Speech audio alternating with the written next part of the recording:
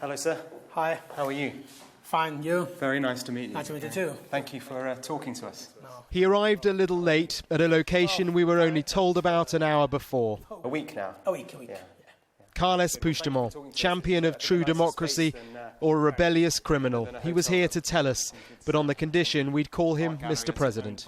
Let's start with your title, if we can. You want to be referred to as President Puigdemont. I quite understand that. But there are many in Catalonia who don't believe that you're the legitimate president of the country. Just explain to me why, in exile, you believe you are still the president of Catalonia. Per una raó molt senzilla. For a very simple reason. Catalan and Spanish law says the only thing that can remove the president is the parliament who elected him. It's 2 weeks since he unilaterally declared independence for Catalonia. He's been here in Brussels since then, not fleeing justice, he insists, but seeking it. To be treated like a criminal, like a drug trafficker, like a paedophile, like a serial killer, I think this is abuse. This isn't politics. This is using the courts to do politics. Some of the cabinet he once led are now in jail, refused bail for their part in the illegal referendum. He's fighting extradition from Brussels, but if he thought he'd get support, understanding from the European Union, he was wrong. No one has come to back you up at all. It is very disappointing to see that in a European Union that we are all part of, they can respond to situations in Poland and Hungary, but cannot respond to the situation in Catalonia. What about the referendum itself? 90% said yes, but only 40-odd% turned up. Those against independence boycotted it. He told me they'd been intimidated.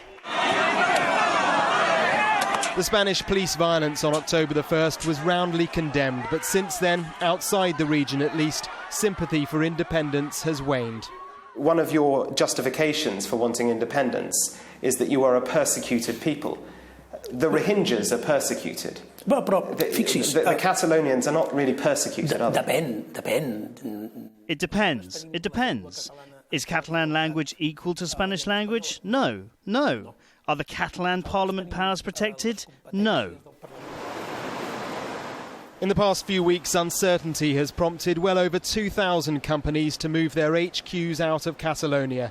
Not his fault, he said, but Madrid's, for bringing in laws making it easier for them to move. Els costos econòmics de l'autoritarisme de l'Estat envers Catalunya. The economic cost of authoritarian actions against Catalonia will be paid by the whole of the EU, not just Spain and Catalonia. It's not very intelligent to declare an economic war against Catalonia just to fight against the independence movement. Are you willing to spend 30 years in jail, if that's what it comes to? It's a threat because the crime I'm accused of could result in 30 years in prison. It's madness. It's not justice. It's vengeance.